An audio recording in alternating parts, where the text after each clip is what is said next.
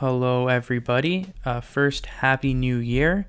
It's 2021, and we are back with another episode of the Benchwarmers Sports Talk podcast. We hope you guys had a good holiday break, and hopefully 2021 is treating you guys better, although we've had a crazy start to this year as well. But we are back, and as ever, I am joined by Jacob. Jacob, how are you doing? I'm very well, Labi. Obviously, you know why. We'll talk about it in a few minutes, but I'm doing well. Yeah, crazy start to 2021. Holy moly.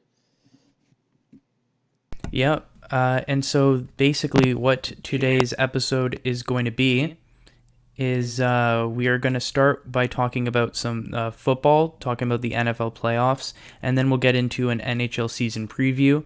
So if you are interested in the NHL season preview that we promised before we took the holiday break, we'll have the time in the description of when we start with the NHL season preview. And so if you want to just focus on that, you can skip ahead, because we're going to start by just doing a brief sort of prediction about the NFL playoffs. But I guess the first thing we can talk about is this is being recorded Saturday afternoon, so the Bills have just beaten the Colts, so that's the one game where we truly know the result of. So let's just quickly get, Jacob, your thoughts on the Bills winning a playoff game for the first time since 1995. Oh my goodness gracious. Thank the Lords. Oh man. I really did think they were going to choke it at the end. But they didn't, and they stood their ground, and we're moving on. 27-24 final score. Josh Allen is an absolute monster of a player. He reminds me a lot like Mahomes. If anyone watched that game, you'll see that the first touchdown, he was basically halfway to the ground, threw the football, and it ended up getting into the receiver's hands in the end zone. So, man, Bills fans, you got a lot to be excited for. This kid is unbelievable. Like, he is unbelievable.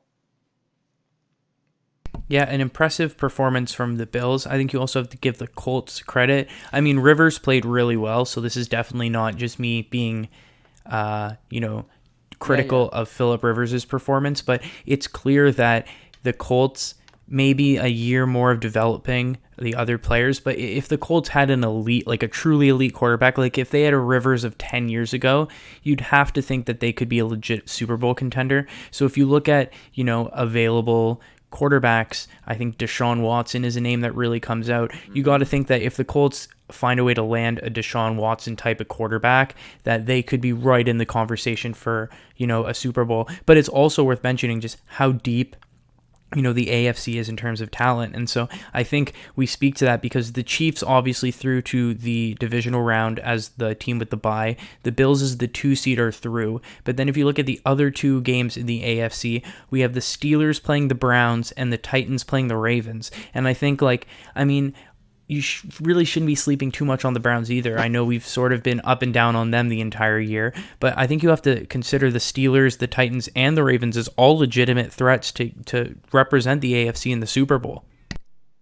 Oh, 100%. I mean, look at these teams and look at what they've done. I think the Browns Steelers game will be a lot closer than people will make it, but I do think in the end of the day, the Steelers will win that. Unfortunately, as a Browns fan. Um, Overall, I think that if you consider everything that's happened so far in 2020 and coming into 2021, it's not impossible for the Browns to win. And what you said with with the Titans playing the Ravens, that game will also be a fantastic game in my opinion. I think that'll be one of the best games. In about 5 minutes, the LA and Seattle game will go on. What are your thoughts on the game there? Yeah, so just quickly to go back to the AFC, I have the Steelers winning as well over the Browns. I think that, like you said, I'm not saying, I don't think any of these AFC playoff games are going to be a blowout. We'll talk about the NFC in a little bit. And then I think the Titans and Ravens is probably going to be the best game. Which is saying something because the Bills-Colts game we just had was pretty darn good. But I think that the Titans and the Ravens is going to be a really good game. Obviously, it's a rematch of last year's playoffs where the Titans knocked out the Ravens, and I think that's going to be a really interesting one. But like you said, switching to the NFC to talk about the other game that's going on today, the Seahawks and the Rams are kicking off right about now. Well, I think everyone knows it's pretty clear. I picked the Seahawks at the beginning of the season to win the Super Bowl. They were my pick, and I think that the Seahawks defense, I was very scared about how badly they were playing early on in the season. They've turned it around and they've been unstoppable the last couple of weeks. And the Rams are not playing Jared Goff. They're playing their backup quarterback. I think it's because Goff still hasn't fully recovered from his broken thumb.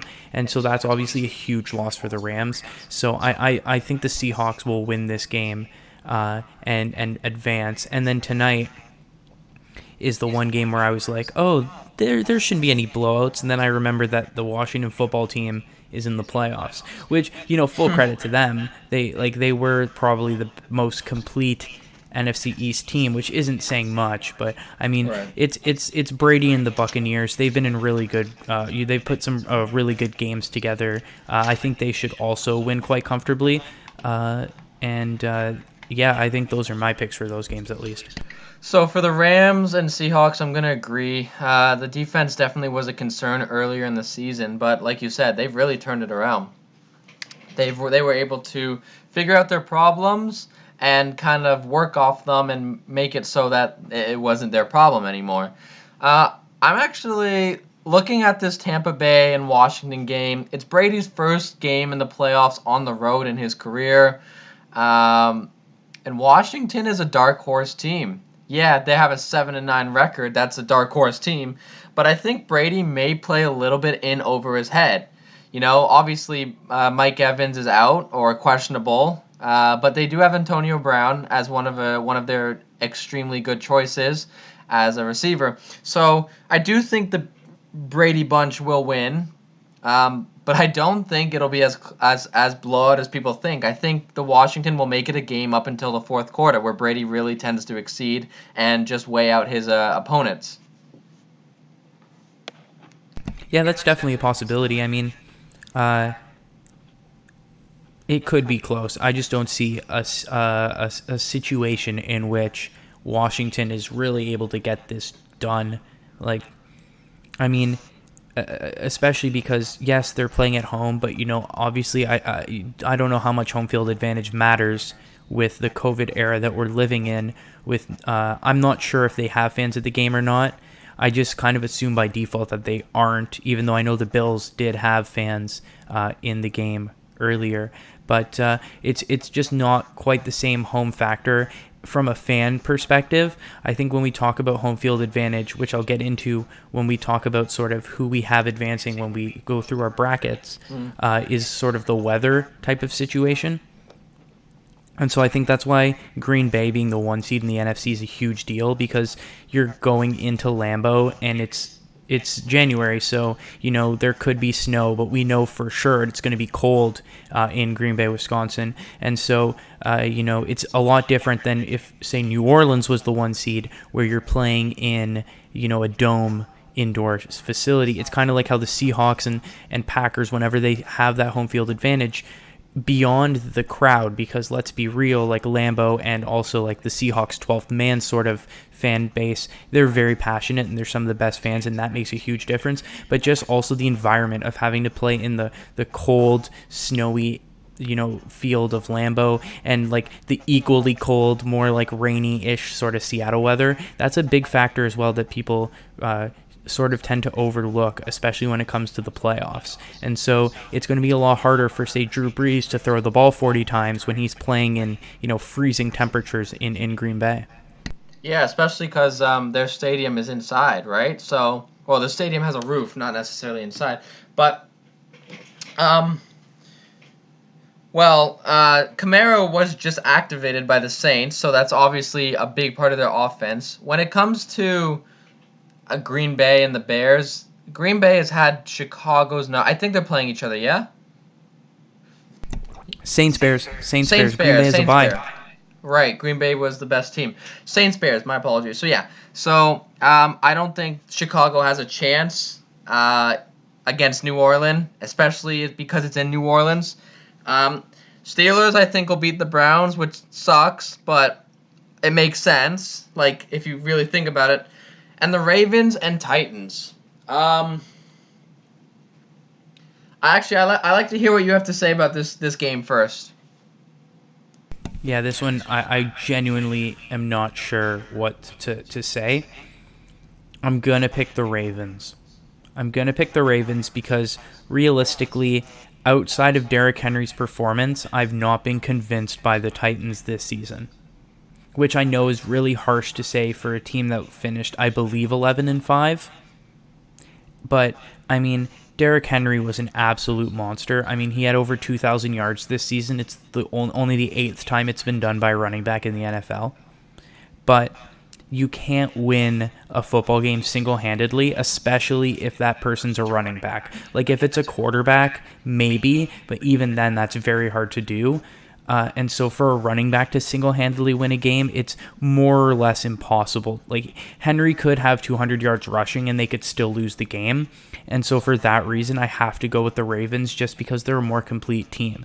Now, that being said, I haven't been fully convinced by the Ravens, but I think that they had a very strong ending to the season, and I think that given how disappointing they've been in the playoffs as of late, especially like in the playoffs in the Lamar Jackson era, and a chance to avenge what was a loss to Tennessee last year, I think that all the factors are pointing towards Baltimore being up for this game and really taking it to Tennessee. I think you're wrong. The Titans have won multiple games based on just Henry's performance, and don't even consider taking away Tannehill. Yeah, he played pretty terrible in LA, but he didn't have his team that he does now. They have a good overall team. It's just it's highlighted by Derrick Henry. The Ravens, I agree, are more complete. They really kind of got it together halfway during the season when they were people were unsure if they were going to make it in or not. I actually have the Titans winning just because I don't think Lamar. I think Lamar likes to do too much, and I think this too much may come and bite him in the butt. And I know the Titans are very one-dimensional. They're like one-dimensional in a sense of their running game is really the only thing that's part of that team. However, there's still a team that's won 11 games. They won their division. So they're not a team that's just kind of walked into the division like the Bears that happened because someone else lost. They're a team that should be really, really concerning, and I think they have a better chance than the Ravens do. Yeah, no, I think that this is a game where no matter which team you pick, you certainly have, definitely a legitimate claim to it. Like, the Titans could very much win this game. And I'm not... Go ahead. No, go ahead.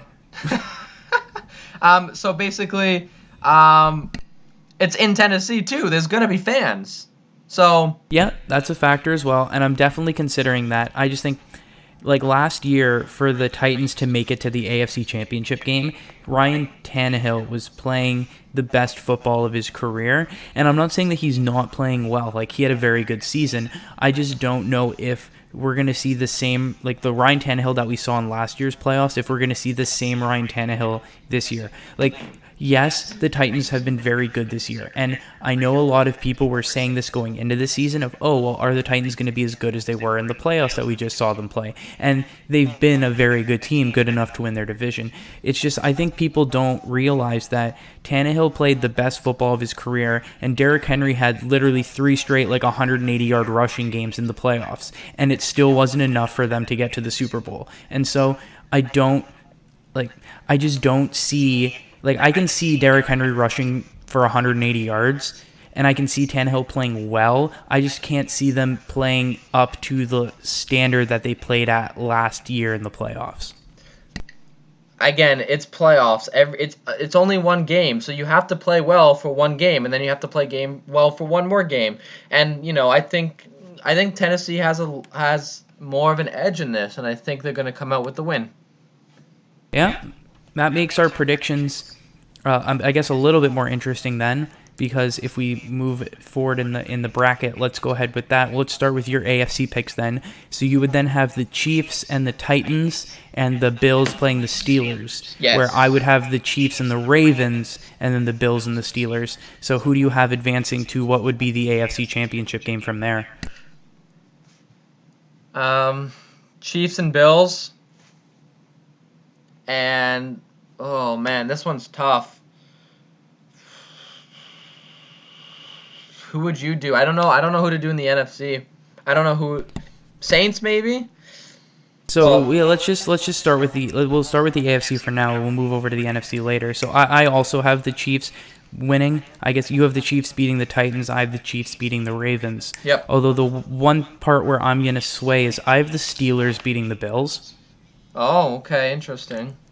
And I know I'm pretty sure the Bills beat the Steelers in the regular season this Correct. year, if I'm not mistaken. So I know that's sort of going against what we've seen already happen this year. But here's my logic, is that the Colts have a very good defense, and the Bills were tested by it and really pushed by that defense. And yeah, they still scored 27 points, so I'm not saying that they were completely stopped or weren't able to do anything. Obviously, Josh Allen was really impressive. Yep. But here's the thing that the Steelers have. The Steelers have an unbelievable pass rush. Their defensive line is loaded with players who can win one-on-one battles and get to the quarterback. So I think the Steelers defensively match up really well against the Bills, where they can create pressure just from their front four and can drop everyone back into coverage. And I can see Josh Allen really being contained to the pocket. If the Steelers defense does a good job, they can really limit Josh Allen's ability to run, and that's such a crucial part of the Bills' offense that I can really see them struggling. It's just a matter of whether or not the Steelers' offense can get enough done.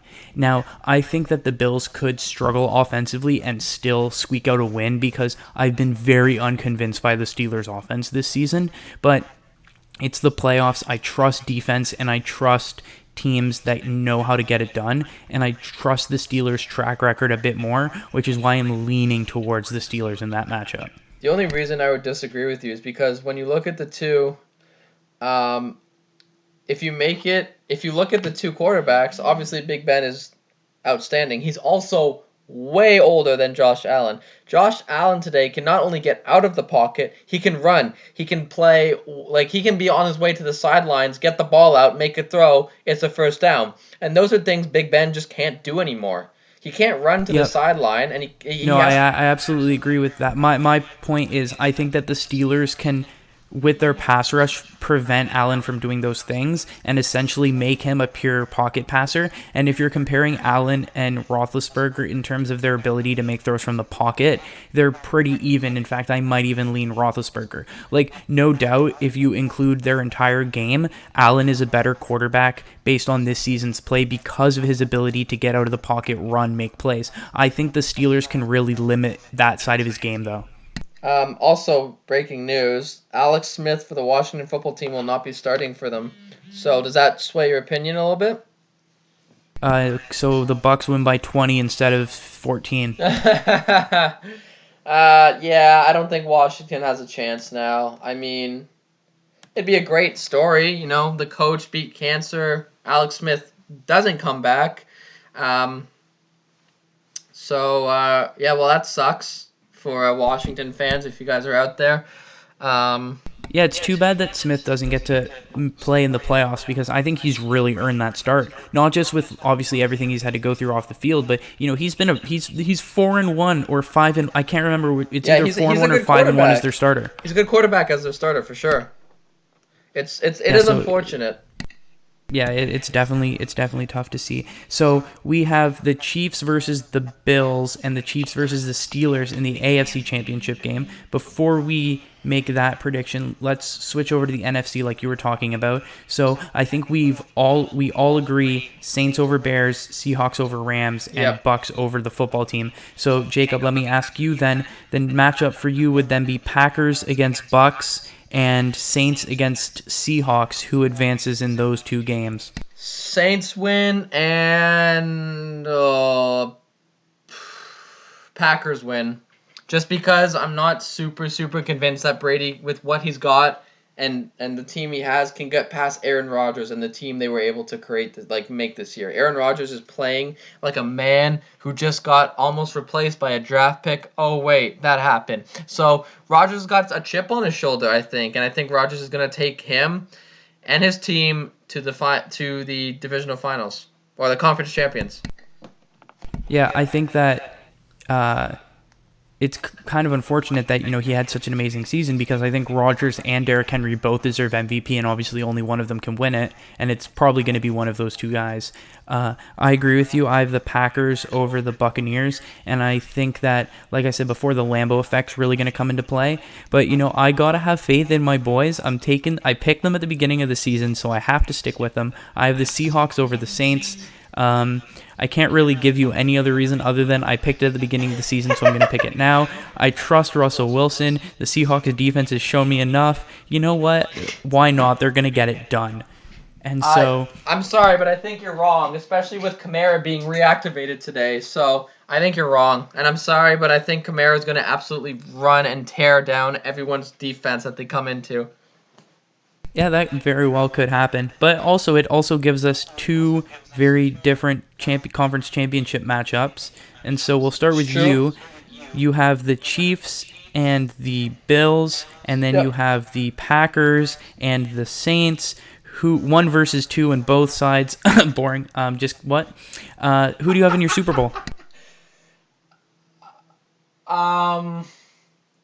Now, I originally said KC is winning it all. However, if you look at the way the Bills were playing down the stretch and how Josh Allen was slinging the ball and running it, I think the Bills are going to make the Super Bowl. There are a lot of questions after today's game about defense, which need to be addressed. But the team has no problem getting 20 points per game. That seems to be a common theme here. And I think as long as the Bills, if Hyde and Edwards are able to shut it down on defense, then I do think the Bills can make the Super Bowl. Now, that being said, the Kansas City Chiefs are still the Kansas City Chiefs. Andy Reid is the best coach in the NFL right now. And with the team they have with Kelsey and with Hill and with their running backs, they still have an unbelievably stacked team. So, I will say the Bills make the Super Bowl. But I will not take away the fact that KC is more than likely to do the same. I'm just going to say, because I love the Bills a lot more than KC, I'm going to go with the Bills in the Super Bowl, playing New Orleans Saints in Drew Brees' last season of his career. That's a big call. Yep. Oh, I'm aware. A lot of people will disagree with me on that one. I'll make my picks short and sweet, because they're what I said at the beginning of the season, and I am going to stick with my guns. Chiefs and Seahawks in the Super Bowl, and Russell Wilson is winning another Super Bowl. The Seahawks are winning the Super Bowl. Put it down. It's happening. It's happening. And then Labi woke up from his dream and realized that's unrealistic. I'm just glad that the playoffs have started and my Super Bowl prediction is still possible. Yep. And so I'm going to stick with it, because if I stick to my guns and it turns out I was right from when we had what was probably the second episode of this podcast all the way back when, then you know what? I have to go with it, especially because the hockey predictions I'm about to give in 10 minutes are probably going to be way off. But, I have to stick to my guns. You look like a genius if that's the case. I won't even lie. That's why I kind of have to do it. Do I have faith in the Seahawks? I have faith they'll beat the Rams, and I actually do have faith they'll beat the Saints. Realistically, I think them beating the Packers at Lambeau is a little bit optimistic. But I think that if they beat the Packers and make the Super Bowl, I don't see it as too unrealistic that they'd be able to win the whole damn thing. Yeah, I see that. I mean, realistically, if I should probably but then also picking Chiefs and Packers in the Super Bowl as both of the 1 seeds is very bland. But you know what? I once again I picked them at the beginning of the season. I'm going Seahawks over Chiefs. Who do you have winning between the Bills and the Saints? I love Drew Brees. I really do. I love him as a player. As a person, he's kind of a jerk. But I'm a ride or die Bills fan, and so I'm a ride with them all the way to the very end. And mark my words, if the Bills win the Super Bowl, I will get blackout drunk and do this podcast with you. Ditto if the Seahawks win, because why not? Let's make things more entertaining. Let's make it entertaining. So there you go. You have it. It will be the Bills or the Seahawks. Definitely not the Chiefs. Definitely not the Packers. No, I don't know. Those guys aren't good. I don't know who's telling you that those teams are good.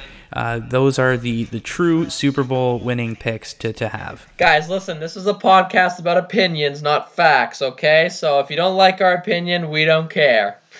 What do you mean it's facts only? We were talking about, didn't last month we said Trace McSorley was going to score 5 touchdowns? That 100% happened. Totally happened. We also said, yeah, you know what? Yes, exactly. All right, guys, we're totally facts.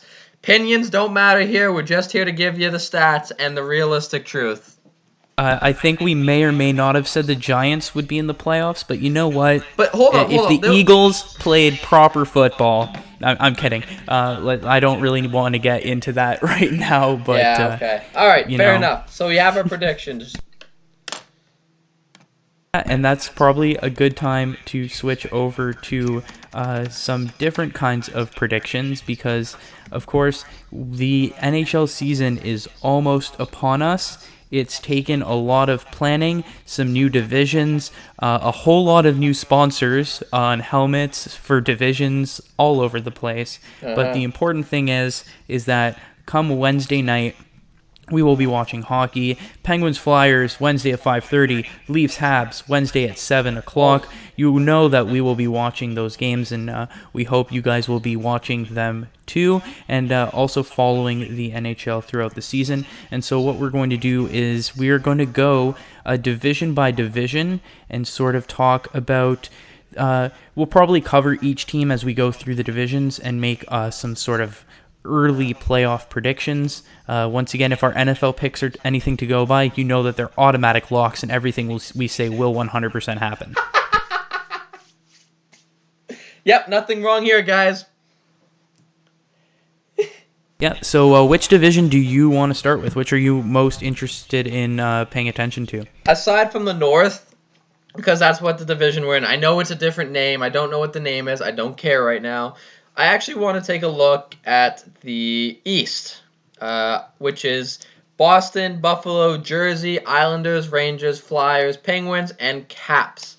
Now, the reason why this division is so interesting to me is because it's just like the Metro. It's the Metro with 2 extra teams. You just switch Boston, and you just switch Columbus, and there you go. I really do think that only 3 teams are really in contention for the top.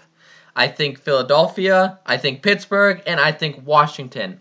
The only reason I say that, and I know it's bold, Boston, again, a little old. They lose one of their best defensemen, and they lose 2 of their best defensemen in Chara and Krug. Pasternak is out for the first month. And Tuukka Rask, he didn't seem like he wanted to play last year. So I wonder if that's going to carry over. Buffalo is Buffalo. Taylor Hall does not make that team any better. Well, okay, maybe it does, but he doesn't make it better enough to make the playoffs because of the division they're in. The Jersey is Jersey. They lost Corey Crawford. He did retire, so that's a big blow to their goaltending tandem. Islanders are a little overrated. Good for them for re-signing Matt Barzal, but I still don't think it's good enough. Rangers are in a rebuild, but the rebuild is a little sooner than it should be. They won't make they may make the playoffs this year because it's a top 4 teams, but if they won't win the cup anytime soon. Philadelphia is a completely the Carter Hart is fantastic. Giroux and Konechny and Voracek, they were all producing last year. Pittsburgh, yeah, they're old. Yeah, they're starting to lose production. You still got that Crosby, Malkin, Gensel tandem, and that's incredible. Tristan Jarry, I think, will have an outstanding year as the goaltender. And then finally, Washington, you still have Oshie. You still have Ovechkin. You still got Kuznetsov. You still got Wilson. Carlson as well. Their goaltending will be a bit of an issue. Samsonov obviously is a good backup. I don't know if he's a great goaltender as a starter. But those are my picks. I think Washington or Philadelphia wins first. Then Pittsburgh will go in third, and the Rangers will come in fourth. Your thoughts on my thoughts on this division? That was a whole lot to unpack. I apologize. We can just go team by team. No. I like that because I think, Oh, okay. if we go team by team, we'll be here for literally 4 hours. Yeah, you're And right there. also, when we talk about the team, we also have to talk about the team within the division. And I think Sure. that this is a perfect example of that because you talk about this being the Metro with a couple of teams added in. It's the Metro with the best team in the Atlantic Division added in. Right. In Boston. I mean, actually, probably not because Tampa, but Boston is a playoff lock in the Atlantic, and they move into this new East Division. And I'm not saying that they're not a playoff lock anymore because realistically they are. They're going to be at the top of that division. But there are more than 4 teams in this division where you look at them and say they're a playoff team. So I agree with you. I think that this is maybe even by far the hardest division. It's certainly the hardest division. I think there might even be like a pretty wide margin between this one and the other 3, which as a Penguins fan, I'm a little bit worried because especially in the last couple of seasons, we've had some slumps. We've had some times where we get into a really bad form. There's some times where we're like borderline missing the playoffs, but we figure it out. It's a shortened season this year. Every game's within your division. If you go into a slump, every game you lose is a game a division rival gets 2 points. So it's not only you staying still, it's if you lose a game, it's either a team getting 2 points further away from you or a team getting 2 points closer to catching you. So Right. every game just means so much. Where if you lose 3, 4, 5 games in a row, you could go from the top of your division to the bottom of your division. It's like that tight, especially in a competitive division. I agree with you on almost everything. Mm-hmm. So you said you had Boston, Philly, Pittsburgh, and the Capitals? I have either Philly or Washington winning it, followed by Pittsburgh in third, and then the Rangers in fourth. So you have Boston missing the playoffs. Yep. Wow. Yep. So I have Boston winning the division. And here's why Boston's gonna miss the playoffs. Pasternak is out a month at the beginning of the season, and those are very crucial games to get your foot in that division. I think the Rangers have a Gorgiev and Sure, I don't even know how to pronounce his last name. I don't care. Shestyorkin. Thank you, Shestyorkin. What a weird name. I know it's Russian, but I think I don't know. I just don't see. Boston lost 2 very important defensemen. Torrey Krug was one of the best D-men in the league. And if they miss it, it's because they have a tie-breaking game with the Rangers. Like, it comes to one game, one win all, and I think the Rangers just have a lot more talent there. Yeah, so this is going to make things very interesting because I have Boston winning the division. The reason why is because I really like their forward depth, and I like their depth in goaltending. I think that if you put... It's still Halak there, right? Halak is the backup. Yep. Yeah, I'm not crazy. So Raskin Halak is an insane. Like, you can argue, other than Lehner and Fleury, it's probably the best goalie tandem in the NHL. And I think that matters more this year because there's a significant number of back-to-backs. If your starting goalie gets COVID or has to miss any time because of that, like we'll talk about the Leafs in a bit, but like let me just put it this way: if Frederik Andersen gets COVID-19, the Leafs are fucked. Like, full stop, end of discussion. Well, if and you it's think like about that it, well, with if you think about it, go ahead.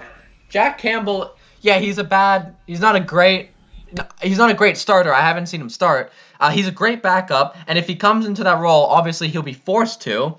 But then you have Aaron Dell as a backup, and you don't have to play Campbell 30 games and whatever. You can go game back and forth, and that's kind of like a backup absolutely, role. Absolutely. I'm not saying it's like the end of the world, but my it's point is like a lot of these problem. teams where it's very much you have a starting goalie, like elite goalie, and then a backup who's like a very solid backup. If you lose that goalie, whether it's injury or you now have the added element of potentially COVID, that really impacts you. And I think like Toronto's just a name that came to mind because I know like they have had backup goalie issues. Obviously, I think that's solved now with Campbell, but I don't think you want a guy like Campbell becoming the starter, where we've seen Boston go to Yaroslav Halak in the playoffs, like voluntarily, for example, as a starting goalie, and they're very comfortable doing that. And so I think from a depth perspective, they're solid. Obviously, they have to address the lack of talent like that they've lost,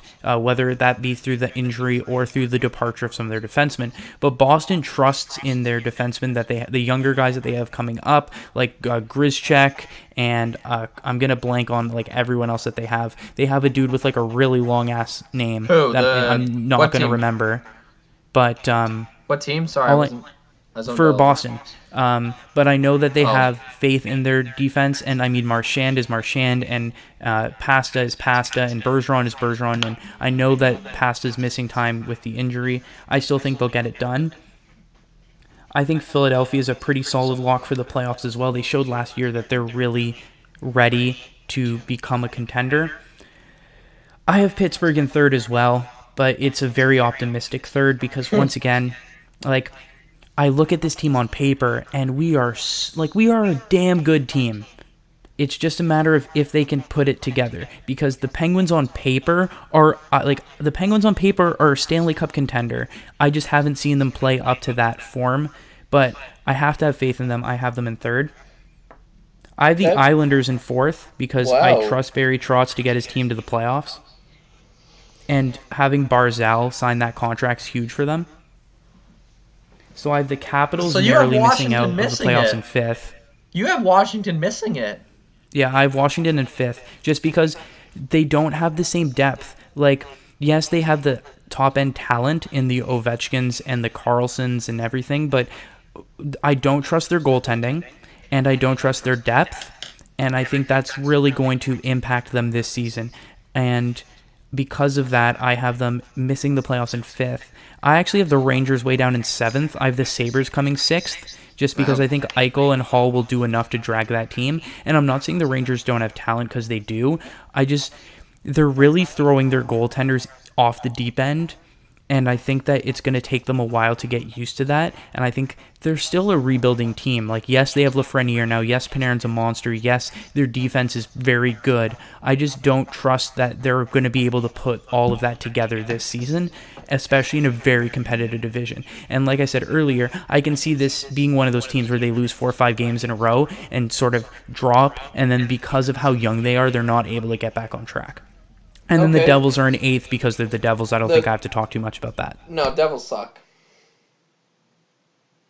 Okay, what are your opinions on the next division? So just to highlight, so in the East, you have Philly, Washington, Pittsburgh, and the Rangers. Yep. And I also have Philly and Pittsburgh, but I have Boston winning the division when you have them missing the playoffs. You have Washington winning the division where I have them missing the playoffs. And then I also have the Islanders. But I think that's like the closing stages on the closing statement for the Eastern Division is it's literally that top heavy where any of those 6 teams that we mentioned could make the playoffs and we wouldn't be surprised. Exactly. So let's move on to the Central Division.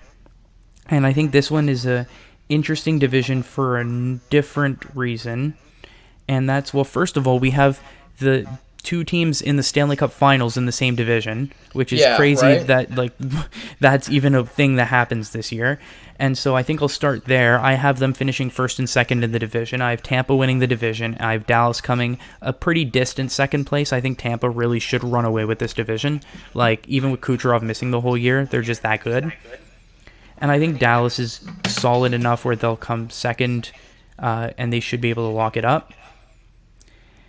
And also on the other end of the spectrum, I think Detroit and Chicago will be the bottom feeders of this division, and I don't think there's going to be a lot of debate in that. And so the question then becomes those middle 4 teams, Florida, Carolina, Nashville, and Columbus, which 2 make the playoffs, which 2 miss the playoffs. And just quickly talking about each team, Florida, I think Bobrovsky is going to have a much better year than he had last year. I don't think it's really possible for Bobrovsky to be any worse. I'm not saying he'll be elite, but he'll get back to sort of his average performance at worst, which will be an improvement. Florida has a lot of talent on that roster. I think that playing in an easier division will help them. I mean, we talk about where they were last year. They were really creeping up on the Leafs for that final spot in the Atlantic top 3. I don't think they would have got it. I think that Florida they're just, punished by being in the same division as Boston, Tampa, and Toronto. And because they don't have that punishment anymore, I think we'll really see how good they are. I have them coming third. Carolina, I have fourth just because Aho, Teravainen, and Svechnikov, and probably, I mean, I know they lost some of the defensemen that they had last year, but that team is still loaded, and their goaltending's deep enough. Nashville's slipping, and because of that, like, they're too old, and their goaltending, like, Rene's not the same, and I think Saros has sat behind Rene for too long where it's really hurt his development. So I have them just missing out of the playoffs in fifth, and I have Columbus actually finishing sixth, which might be a bit of a bold statement. It's not that I don't trust Tortorella and that team. I just think that, like, they're very much a system team, and I know, like, I'm contradicting myself because I literally have a system team in the Islanders making the playoffs in the East. I just think that they're flat out not as talented as Tampa, Dallas, and Florida, and I don't think they can close the gap, and I don't think they can even close the gap to a Carolina, and because of that, I have to have them outside of the playoffs. In fact, I might switch it. I'll have them fifth ahead of Nashville because I think the system will get them ahead there. So I have Tampa first, Dallas second, Florida third, Carolina fourth, all those four teams making the playoffs, and then I have Columbus just missing out in fifth, and then Nashville sixth, Chicago seventh, Detroit eighth. No objections. That's the same list I had. Yeah, Tampa's going to kill it, and Detroit's going to kill it, just in a different way. I'm with you. Any specifics you want to talk about with any of those individual teams, just to go in a little bit more depth and get your opinion on those teams? Florida is a very interesting team to me. Yeah, they were catching the Leafs last year, but the way Bobrovsky had it under a 900 save percentage, that doesn't fly in the NHL as a starter for a team that's paying you $10 million for however many years. I don't know if he's going to have a bounce back year. I know Florida's supposed to have fans in their stadium, and I put fans in quotations because haha, Florida fans. I don't think it's going to do anything to him. I really don't, and I think that Florida's just going to have another kind of bum year. Like, they will make the playoffs, and I do agree they will be fourth making the playoffs, but you could switch Columbus and Florida, and I'd be okay with them. Like, Florida has a good team, they do, as long as Huberdeau and Barkov and Dadonov, they're all clicking well, but if they don't, then Tortorella's system, which has worked multiple times in his career, could definitely take that last spot.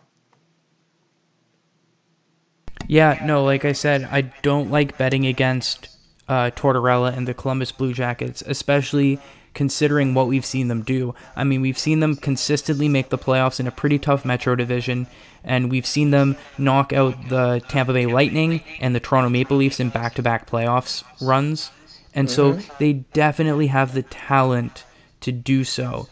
And that's why, for me, it's kind of weird because I think, like, everything that you see about them makes me want to put them in the playoffs. But for whatever reason, I just look at this division and I see four teams better than them. I'm with you, man. I am with you. I agree with what you got to say. Let's move on to the next, the West. We have Anaheim, Arizona, Colorado, Los Angeles, Minnesota, San Jose, St. Louis, and Las Vegas. Who is winning this division and who is not even coming close? Okay, so I guess I'm going first again. I don't mind. All you, buddy. Because I kind of want to talk a lot about the North Division. Yeah, that makes sense. That makes sense. So this division, I think, is the epitome of top heavy. Yeah, I agree. Vegas, Colorado, and St. Louis are going to be 1, 2, 3. Mm-hmm. In that order? And then I have them in that order. Okay. So for a lot of reasons, namely, although the Colorado also has a pretty damn good goalie tandem in Grubauer and Francouz, and I kind of have to say that because I drafted Francouz in fantasy. I got Grubauer in fantasy, so I'm with you. But, I mean, Leonard and Fleury is, like, the most dominant goalie tandem in the league. I think that Vegas, you know, you get Pietrangelo, You already had a very good defense. Mark Stone's the best defensive forward in the league, which we'll get into when we give some award predictions. But there's a spoiler for who I have winning I believe it's the Selke for best defensive forward, Yeah, I think if I'm so. not getting that wrong. And then I think they also just have the offensive firepower. I think Pacioretty will be a lot better this year. With that being said, obviously I know Colorado's loaded and everyone wants to talk about how damn good Colorado is, and I get it. I just, for whatever reason, have Vegas 1, Colorado 2. It's going to be very close between the two of them. I just think that Vegas's like grit and grind style and very strong defensive style is going to match up really well, where I think that they'll be able to win the head-to-head matchups. And so once again, when we talk about this division, I mean, realistically, Vegas, Colorado, and St. Louis should beat up on the rest of this division, and win 5 or 6 out of the 8 games that they play against these other teams. So it's going to come down to how they go head-to-head. When I look at St. Louis, I think that they've just lost a lot from what they had with that Stanley Cup winning team. They obviously haven't lost too much to the point where they're no longer elite. They'll quite comfortably come third place in this division, but I have them below Vegas and Colorado. And so for me, it comes down to who's going to win more between those two. And I think I like Vegas's style of play and how well it matches up against Colorado. So that's the reason I have them first, Colorado second, St. Louis third. Then it's who I have making the playoffs in that 4th spot.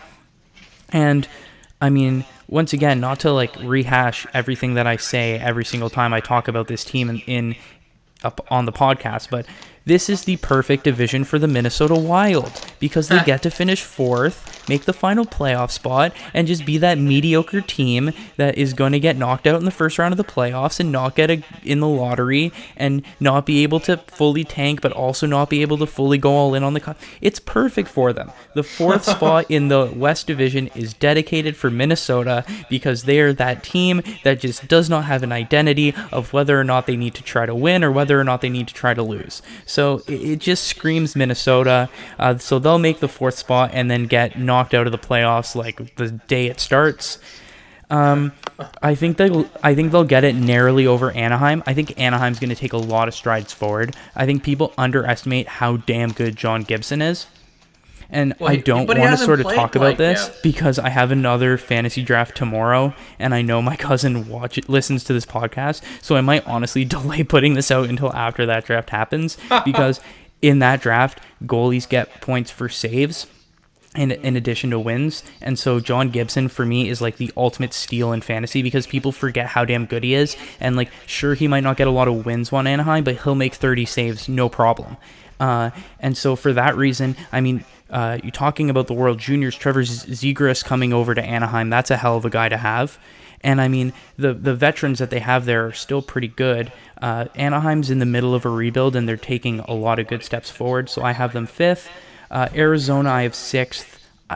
I just don't trust. Like, they're good enough to make the playoffs, but then none of them play well, and they lost Taylor Hall. Kessel's, like, washed up, like, at this point, realistically. Like, he's not the same elite Phil Kessel he was, like, at the tail end of his Toronto Maple Leafs career and his time with the Penguins. LA is going to finish 7th just because Jonathan Quick and Drew Doughty, like, Drew Doughty's not elite anymore, but he's still a good defenseman. And then San Jose is just, like, this might sound bold because I know they have Burns and Carlson, but like, and Hurdle, but like, they don't have a goalie still, and like, Burns and Carlson aren't defensemen. Like, they're forwards who play defense. San Jose's garbage. Like, sorry if that offends anyone, but like, I just look at San Jose and I think they're garbage. I think they're finishing last. San Jose does have a goalie. I have David Dubnyk. Oh yeah, I forgot they got him. I mean, I kept thinking Martin Jones. All right, they have a goalie, but they don't have defense, so he's going to be facing 40 shots a game. My point still stands. All right, never mind. I have Colorado winning this division. Yeah, I'm a Colorado fan. Absolutely love the team. If you look at the first lines between Vegas and Colorado, what's Vegas' first line? Stone, Pacioretty, and Carlson. And then you look at Colorado's, and it's Rantanen, McKinnon, and Landeskog.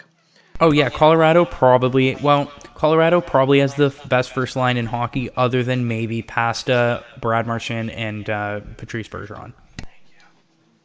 Yeah, I mean, like, at the end of the day, that first line is going to account, and there's not 82 games, there's only 56.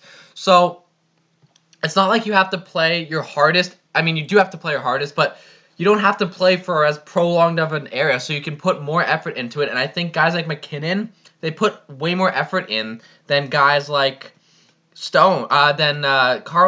And I don't want to take away from them because Vegas is coming in second in that division, but I'm just saying that's what differentiates the two. So I have Colorado first, Vegas second. Those games, but it's like a 1-game difference, and I think it'll be a game between them that makes the big difference.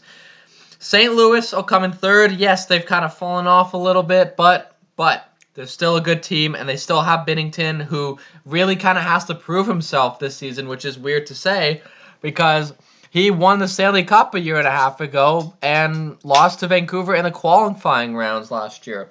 Yeah, all I'll say is winning the Stanley Cup as a rookie doesn't necessarily guarantee success. See Matt Murray. 100%. And see Pascal Siakam. So, there's a lot of occasions where signing a goaltender or relying on a goaltender who may have had a one-and-done year is a lot of stress. He is still a good goaltender nevertheless. No, I agree with you. I think Binnington will be solid, but it's definitely a prove-it year for him. That's a very good point. I agree. This is going to be a little bit of a hot take. You want to say Arizona so badly, don't you? San Jose is coming fourth. Wow. Wow is right. And here's why. Carlson is coming back. Couture is still great. They did upgrade into Devin Dubnyk, who did not have much of a team in Minnesota. Yeah, it's a bold prediction, but I think San Jose has the best bounce-back year out of every team in the league right now. Carlson was out so long with an injury that now he's coming back. He's like almost 100%. And a healthy Carlson, you and I both know, is a deadly Carlson. I think Arizona just misses. The only reason that they actually have contention is because of Darcy Kemper. Anaheim. True. Anaheim and Los Angeles and Minnesota will all fight for the bottom three. Yes, Trevor Zegras is coming to Anaheim. So Byfield is coming to LA. So it doesn't matter. Like, your rookies aren't going to make that big of a difference in this long of a rebuild. I think Minnesota is going to come in last because Cam Talbot is not a good goalie. And because they lost Koivu, they don't have Granlund, they don't have all these guys who made their team so successful years ago. Parisian Suter's contract are still the death of Minnesota. So long live the state of hockey. You can burn in the bottom of the West. I trust Cam Talbot as a guy who drafted him in fantasy. Well, you may have drafted wrong. Sorry to tell you. But just, a couple of quick comments to your points. One with Carlson. I agree with you in 100%. Erik Karlsson is a scary, scary thing. Except he's never going to be 100% because one of his ankles is like legitimately more metal than it is flesh. People don't realize how severe that injury was, and he'll never be back to 100%. And so I'm kind of counting on that. Of like, I don't think Karlsson's ever going to get back to that Ottawa Senators form where he was like the best defenseman in the league. You forget that they didn't have Couture last year, and that's why they were so garbage. But I don't think necessarily one forward makes such a huge difference. I will concede that me putting them in last is a bit bold because they're probably better than finishing last place. So I think it's just funny how you kind of are giving them a lot of credit in terms of maybe they should finish borderline playoffs and you have them fourth, and I'm just giving them no credit at all and saying they're going to finish in eighth. But the last thing I'll say, too, in terms of rookies is I agree. I don't think adding a rookie is necessarily going to do much. I just think that Anaheim, I kind of have them in that range anyways, and I think the Zegras, along with sort of an extra year of development of a lot of their younger players, will make a difference.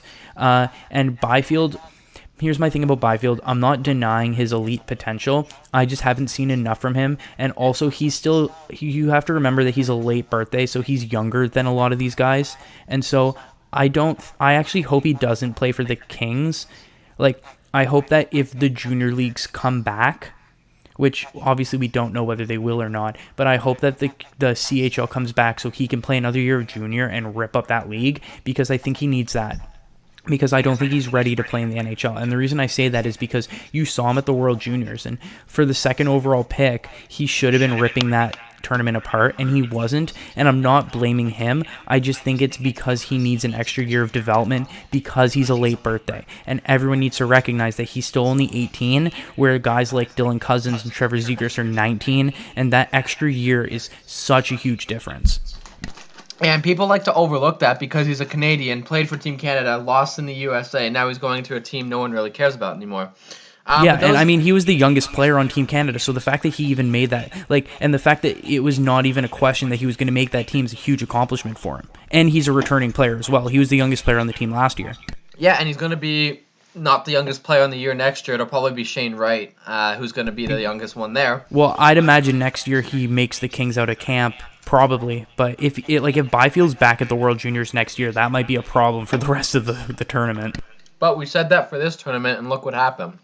So anything can happen. I mean, I wasn't expecting him to be that much of a non-factor, but I really didn't think he would be one of our best forwards because of that whole he's 18 in a 19-year-old tournament. Exactly, and he played better than some of the guys there. So I agree. I think he should take one more year off to kind of work and get better, and then in not this year but next year should come in and play as a King. Absolutely agree. All right, so there you have the West rankings, and so I will give you free reign to talk about how, oh my God, Toronto's going to be so good in the North Division. Listen, they're going to do better than Pittsburgh, so. All right. Let's talk Toronto. Shall we? This team is the best team I've seen in a long time. If you would have told me 5 years ago that Thornton, Spezza, and Simmons, alongside Frederick Anderson, who was playing for Anaheim, was on this team, I would have laughed at you and gone back to sadness and cried because we were losing 9-2 on a basis. This is the best team. And I keep telling people that if they do not win it this year, there will be extremely big changes coming next year. One of the top four could go. Correction, one of the top four will probably go. And it will be either Marner or Nylander. I think they will win this division. And I say that as a fan, but I say that statistically, the Leafs have the best team. They have guys who have played a crap ton of playoff games. They have veterans who are playing in their hometown. They have a goalie who probably wants to stay here, but needs to start playing like it. So he's kind of Anderson's got a chip on his shoulder. You have an upgraded defensive core, bringing in Bogosian, bringing in TJ Brody, which is the big one. So Leaf fans got to understand that if they do not win this year, there are going to be a lot of questions surrounding this team. There will be a lot of people wanting Dubas' head. There will be a lot of people wanting Nylander's, Marner's, Matthews, Tavares' heads. Now, for the rest of the division, we get treated to a 10-game series, not in a row, of Calgary and Edmonton. I mean, could you ask for anything better than a 10-game series between these two teams that absolutely hate each other? Speaking of hate each other, you get Toronto and Montreal, and then Toronto and Ottawa playing each other 10 times, which is absolutely outstanding as well. So there's a lot of good things that come out of this division. Now, in terms of ranking, Toronto's coming in 1, Vancouver is coming in 2nd, Calgary is coming in 3rd, and Edmonton will take that last spot. Now, the reason I have Vancouver higher than Edmonton and Calgary is because look at their team overall. They have a better they have a better composition as a team than Calgary and Edmonton. Edmonton is their first line. Yeah, Edmonton is their first line, and Calgary their first line and their goaltending. That is why they're ahead. Vancouver, you have Holtby, and a lot of people want to hate on Holtby for some reason because I'm not even sure why. He's still a great goaltender. And then you have Quinn Hughes as one of... I picked Quinn Hughes in fantasy because I think he's going to have an absolutely outstanding year. You have Brock Besser, Bo Horvat, Elias Pettersson. Don't forget him. That guy who's absolutely outstanding. So that's why Vancouver will come in second. Now, I don't think they have 4 lines, which I do think Toronto has, which is why I think Toronto is going to be at the top spot. I think Montreal is coming last in that division. Now, a lot of people will look at me and say, yeah, but what about Ottawa? They have nothing. They have a goalie. They have a lot of young players. They drafted well. Like, Ottawa, if Ottawa comes in last, I won't be surprised. I just think Montreal relies too much on, 4 players. Same with Edmonton, but Edmonton's talent compared to Montreal's talent is completely bipolar. You can't even compare them. The only reason Montreal doesn't come in last is because of Carey Price and Shea Weber and Nick Suzuki. And that's about it. Winnipeg is kind of a weird team. They're good, but they're not good enough. They can make it, but they won't make it. If they're weird, Line A is good, but Hellebuck will be the only star of that team. Besides Blake Wheeler and Mark Scheifele. You got Line A, Scheifele, Wheeler, but I don't think they're going to play as well as other teams. And I like Winnipeg as a team. Their fans are fantastic. Take that as you will with this year. But I don't see Winnipeg making it. And yeah, you can switch Ottawa and Montreal because Ottawa's in rebuild, but they actually have a goalie now. I can't see Winnipeg making it. So I'm going Toronto, Vancouver, Calgary, Edmonton, Winnipeg, Ottawa, Montreal. All right, Labi, I talked a lot there. You are free to speak. I genuinely have no idea how this division is going to go. Wow. And thank you for your opinion, Labi. We'll And I say that because I can give reasons as to why every single one of these teams, except Ottawa, makes the playoffs. And I can give reasons as to why every single one of these teams misses the playoffs. Yeah. And I think that this is the weakest of the 4 divisions. Yeah, but it's okay, the I'll most agree with you. balanced of the 4 divisions. And so this is going to be the hardest one to predict. And like you said, when you factor in the rivalries that are going to take place, I genuinely do not know what to do. And so I'm kind of going to talk about each team for a bit and then put together some random rankings of them. Because I put together a ranking and then I'm looking at it again and I need to change it. So we'll start with Toronto. And I agree with you. I think this is the biggest blessing in disguise for the Toronto Maple Leafs because they just have to be the best team in Canada and they make the conference finals. You're talking about a team that has never made it past the first round. With the way that they haven't made it past the first round with this stacked team. And all they have to do is be the best team in Canada and they make the conference finals. This is a golden opportunity for them. And I agree with you. If they do not make the conference finals, they are going to blow this team up. So the question becomes, can they do that? Offensively, it's no denying that they're stacked. I think that there are still some serious questions about their blue line. And I think that their goaltending is solid.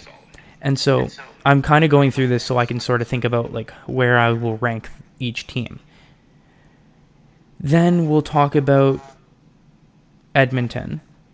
And I agree with you. I think that obviously they have 2 of the best players in the league. The 2 players who go 1-2 in probably every single fantasy draft this year in Draisaitl and McDavid.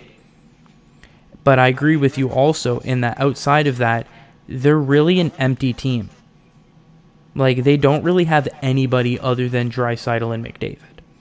I'm not convinced with their defense. I'm not convinced with their goaltending. I'm not convinced with their offensive depth. So they become a very difficult team to pinpoint because McDavid could put up 80 points even in this shortened season. So could Draisaitl. But I don't know where like that puts them with respect to how the rest of the team plays, especially because you look at these other teams. Winnipeg, Calgary, and Vancouver are all very similar in terms of Winnipeg. I love their top six. They have no defense, but then they also have like arguably the best goalie in the NHL. What do I do with that knowledge? Vancouver, very talented team, but they've lost a lot of players. I like their top line, I like their top D pairing, and I like their goalie, but I don't like any of their depth. Like outside of their top 4 forwards and top 2 defensemen, I don't really like the depth that they have. Ottawa, on the other hand, has a lot of really good depth, but no elite players. And I don't trust Matt Murray. So Ottawa is kind of out of the picture. Calgary is like where Ottawa wants to be. Where like Calgary doesn't have an elite level player, but all of their players are good. And then Montreal is kind of the same way, where they don't have their elite players carry Price, and then all of their players are good. So it's like the toughest kind of rankings to put together because, well, right now I want to put Toronto first because, like you said, they're the best team. The question is, do I trust Toronto enough to put them first place in a ranking video, in a prediction video? Because for whatever, like, it's not for whatever reason. I know the reason. The reason is their track record. I don't know if I'm 100% comfortable with saying the Leafs are going to win a division just because I know how crazy that sounds. But then if you look at this division, who else wins this division if Toronto doesn't win this division? That's a good question. There's not many teams that can win this division. No, like, for me, it's Toronto finishes first, Ottawa finishes 7th, and then any of the teams in between could finish in any order. But I have to give a prediction, and so I'm going to say Toronto finishes first,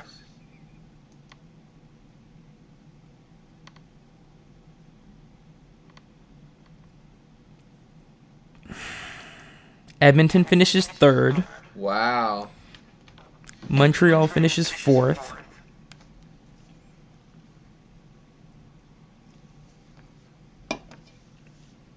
Oh, I don't know who to put second. And I know it's crazy how I predicted 3rd and 4th, and now I'm debating which of the 3 remaining teams to put second, but that's just the way my mind is working.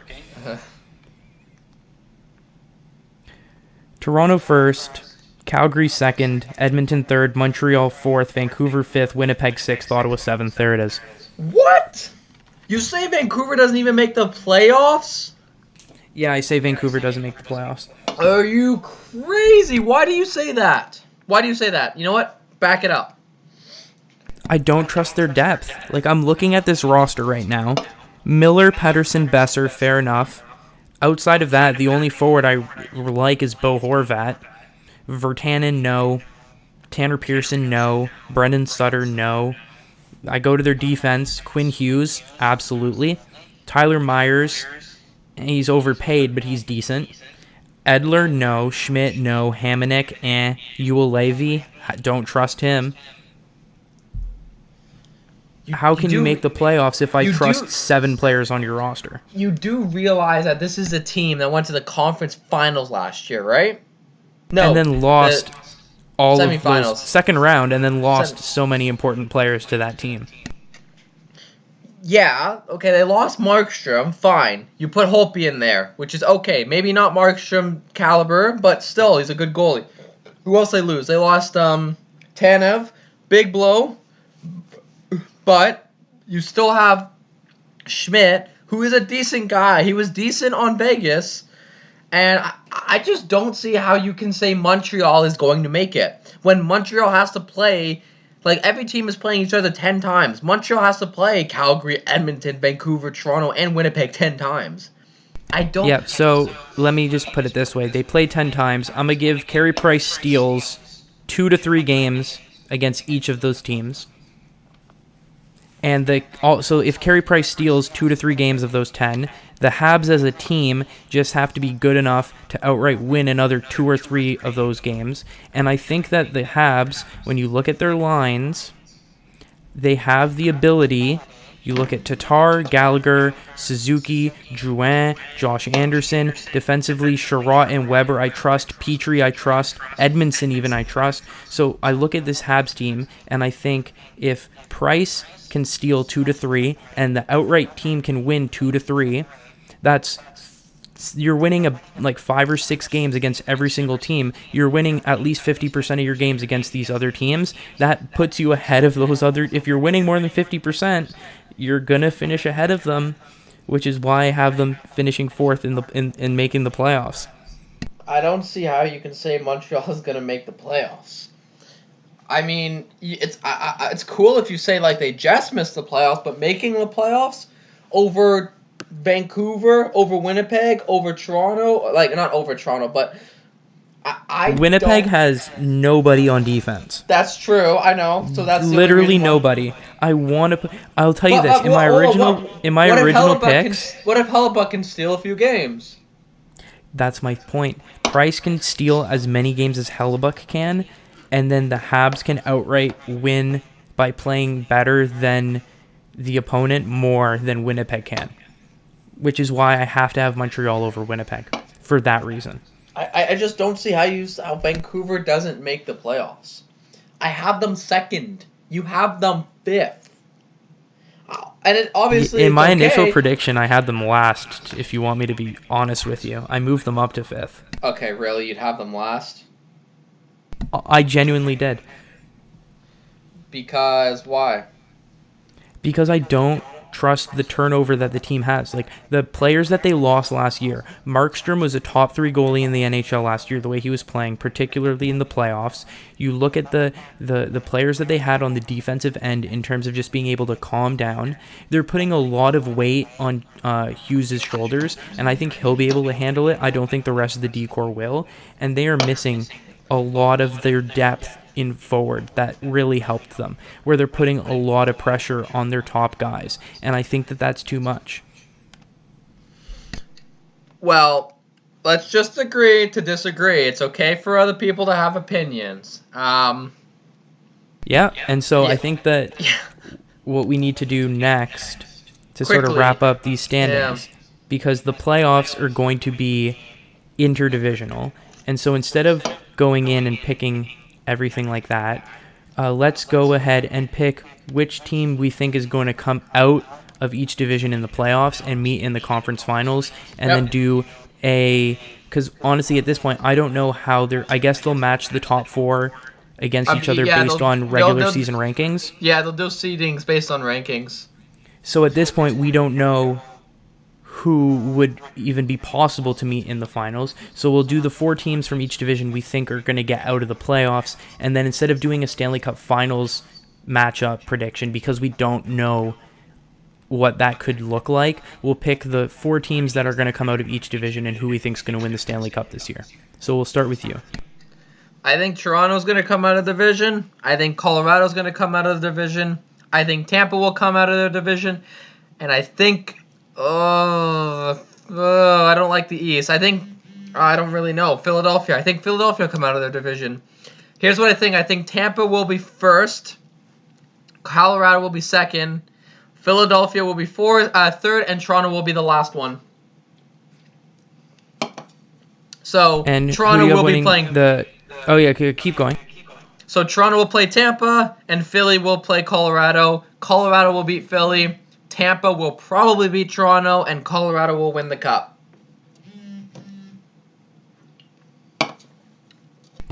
There you go. All right. For me, I wouldn't be a fan if I didn't do it, so I have Pittsburgh coming out of the East. That's not realistic. I'm sorry. I think it's very realistic. You have Boston winning that division. Oh, okay, you know what? You're fine. You're fine. I agree with you. Maybe Pittsburgh has a good chance in the playoffs. Playoffs are very different than regular season. And you're going to see that because the teams that I pick to win in the playoffs are not necessarily the teams I have finishing first in the division. Okay, fair enough. Continue. Well, actually, this gives me a chance, since you talked about the Leafs for a little bit. I just want to defend my argument for the Penguins. Not only being a lock in the playoffs, but also potentially making the finals. I don't care what anyone says. Crosby Malkin is the best 1-2 center punch still in the league. Yeah, no one. I mean, you can make arguments, but yes, it's definitely a easy one to say. Malkin, Rust, and Jason Zucker is the best second line in the NHL. Crosby, okay. Yes. Crosby has proven that as long as you're not playing him when Jack Johnson is on the ice, which thank God is not a problem this year, he can carry everyone on his line. Right. Like Crosby, even from an analytics standpoint, had a down year last year, but when you compared Sidney Crosby when he played with Jack Johnson on the ice and Sidney Crosby when he didn't play with Jack Johnson on the ice, when Sidney Crosby played without Jack Johnson on the ice, he was an elite player. When he played with Jack Johnson on the ice, he was an average player. That just shows you how garbage Jack Johnson is, but that's not the point I'm trying to make. That's just a very important separate point. My point is Sidney Crosby's still elite. Jake Gensel's a very, very good winger to play with him. I've been watching their preseason or their training camp scrimmages, and I think that if Kapanen doesn't work on that top line, I honestly think Evan Rodriguez could be a player to play on that top line. I've been really impressed with Evan Rodriguez in training camp. Our fourth line I know is shut down. Like it just is. Right. Like Teddy Bluger and Tanev and Zach Aston Reese is going to be injured at the start of the season, but when he comes back, they're locks. I trust Letang and Dumoulin. John Marino's incredible. Pettersson's all right. I trust Jerry in the net. The only issue I have with the team is the fact that our third D pairing is Cody Ceci and Mike Matheson. Yikes. Yeah, which is a big yikes, but it's literally the only thing wrong with this team. And I hope we get to a point where we play Ricola and Chad Ruedel on that third pair instead. I really think we should be doing that from the beginning, but hey, I'm not the coach. So I have a lot of faith in Pittsburgh's ability to get out of that division, so I'm not just picking them because I'm their fan. I'm picking them because I genuinely think, like, if Pittsburgh plays up to their standard, I think they're the best team in the East. Okay, which is fair. why I don't think they'll be that consistent throughout the year, which is why I have them finishing third in the division. But I think they can get out of that division in the playoffs. Well, at least you backed it up and didn't just say, "Oh, Pittsburgh," because Pittsburgh. Yeah, so that's why I wanted to give some backup to that. Central. Really? Yeah, it's Tampa. Yeah, like even though Dallas is a good team, it's Tampa. Honestly, I think that the team with the best chance of knocking out Tampa in the playoffs is Florida. And that's if Bobrovsky plays like the Vezina Trophy winning Bobrovsky. What, Tampa will get flashbacks of 2019 Columbus, huh? Yeah, but I don't think it's going to happen. So Tampa. And then the next two divisions, I'm honestly a bit conflicted. Okay, I'm listening.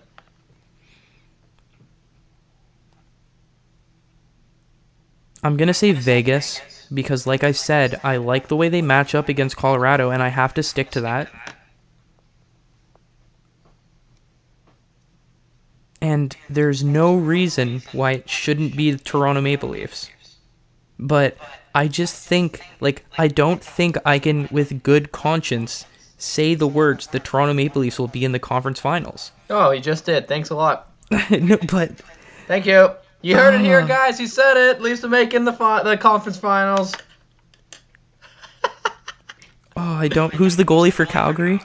Markstrom. It's Markstrom now. And you see, I feel like that's a big, big deal. Yeah, he is a good goalie, but then you look at Freddie, and who has more playoff experience? And I know Freddie sucks in elimination games. That's why they will not... Hey, you know me. I defend Frederik Andersen, and I will defend Frederik Andersen to his last breath. He is nowhere near any of the top 10 reasons why the Leafs have not been successful in the playoffs. He's rock solid. Sure, does he let in some goals that he should probably have in some big games? Absolutely. He is not the reason why the Leafs have not won a playoff series. No, I do not want to hear that. No, I know. I'm with you on that. I agree. No, Freddie that's my point. Best... I have defended you with that statement. I will continue to defend you with that statement. I'm just messing with you. I know. Okay, so who's winning it then? Calgary. I don't like you anymore. Why Calgary? Jacob Markstrom. Because if you look at Calgary in the last couple of seasons, right? Yep. In my opinion, the one thing that's been causing them problems, particularly in the playoffs, is lack of consistency from their star players and poor goaltending. And so it's just a matter of, do I trust in Tkachuk, Lindholm, Monahan, Dubé, Gaudreau to actually perform? People don't realize Mark Giordano, Rasmus Anderson, Noah Hannafin, and Chris Tanev is their top 4. I just pulled up the lines. Trust me, I don't know that by memory. I pulled up their lines. I really like that top 4, and I think Markstrom's finally an elite level goalie. I really think that if the Calgary Flames forwards can figure it out, they can get it done. And plus, I want to make some bold picks too, so I want to go Calgary. I respect that. I don't agree with it because if the Leafs play like the Leafs play, those 4 lines are deadly. Calgary does not have a lot of grit. Absolutely. But Calgary has a lot of grit, but only when it apparently only seems to come out against Edmonton, which obviously makes a lot of sense. Toronto, if they run those 4 lines, or Sheldon Keefe, if he plays Matthews and Matthews plays like Matthews, and then Tavares decides he's actually going to play like Tavares, and the 8 years, $11 million we signed him for, I think the Leafs will. I think here's what's going to happen. Frederik Andersen is used to getting shot on 40 times a game. I don't think it'll happen as much this season, giving him a break. And now we have a competent backup, so we don't have to put him in for almost all the season. Now, here's the thing with the Leafs is they had some of the highest shot percentage. The Leafs had like at least 20 shots a game, even more. And so I don't think Jacob Markstrom is able to do what Freddie can do, and that's play his best game for 60 minutes while getting shot on 40-plus times. And I think that's just what's going to happen is the Leafs are just going to wear him down. The Leafs are a faster team. Defensively, you can argue the Leafs are a better team. Forward-wise, you can argue the Leafs are a better team. So if goaltending, obviously, you can say Calgary is the better team, and I wouldn't disagree with you. I think if you look at them as a team, and if they both play their potentials, Toronto will come out of that division. Yes, it absolutely will be correct. It will be absolutely a very correct. fun series. It would be a great series. But I do think Toronto overall has a better roster and a better set of talent. I agree with you, but here's my thing: if the game was played on paper, it would be very different. Like if the game was played on paper, Toronto's a legitimate Stanley Cup contender. If they play up to it, yeah. Right. Here's my thing though. Toronto has so much pressure on them in a typical season. We're talking about a fan base and a media where if they were playing in their normal division this season against Boston or Tampa, meaning that they would face Boston or Tampa in the first round, the expectation would be to at least win a playoff series against Boston or Tampa. That would be the border, that would be the minimum expectation of this team if it was a normal season. That is an extremely high expectation to be putting on this team. And now you have a situation where they avoid those teams. I think that like I said, the expectation of this team is to make the conference finals. It's to get out of this division. I don't think people are realizing the pressure that puts on them. And I look at a team where when they have to play, facing the pressure of the expectations that are on them, and the pressure of the moments of key playoff games, they've not showed up. Whether it's 2013 against Boston, whether it's 2018 against Boston, whether it's 2019 against Boston, whether it's 2020 against Columbus. I have 4 playoff years worth of experience of them not showing me. And so because of that, I have to take that into account. If Toronto plays as well as Toronto can play, then they will walk away with this division in the regular season, and they will walk away with this division in the playoffs. I just don't trust them to play up to their best ability. Just like, for example, with Pittsburgh, I don't trust them to play up to their best ability and be consistent in the regular season, which is why I have them finishing third rather than first. But when it comes to Sidney Crosby playing when it matters most, he delivers. When it comes to Evgeny Malkin playing when it matters most of the time he delivers. He's a streaky Russian, let's be real, right? So I have precedent with Pittsburgh, whether it's 2009, whether it's 2016, whether it's 2017, of them being able to deliver, where I don't have that at all with Toronto. And so for that reason, I'm very hesitant to not say Toronto to the point where I'm going to say Calgary. That's my justification behind that. All right. Okay. I do appreciate the different points of view. Doesn't mean I have to agree with them, but... Oh, absolutely. I would expect you to disagree with me. And you know what?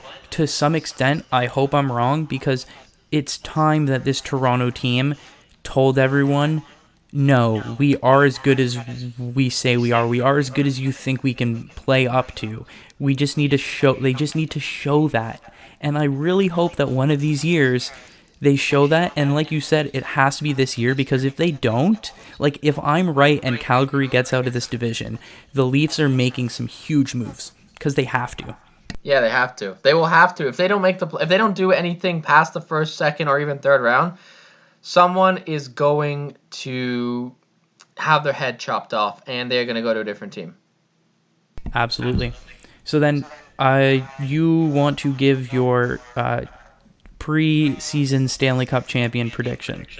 Either Tampa or Colorado. Both of them definitely have proven that they are... Well, I mean, Tampa won last year, but everyone knows defending a championship is one of the hardest things to do. And I think it'll be Colorado who wins the Stanley Cup this year. Unrealistically, the Leafs are winning the Cup. First time in over 50 years. Yeah, that'd be great.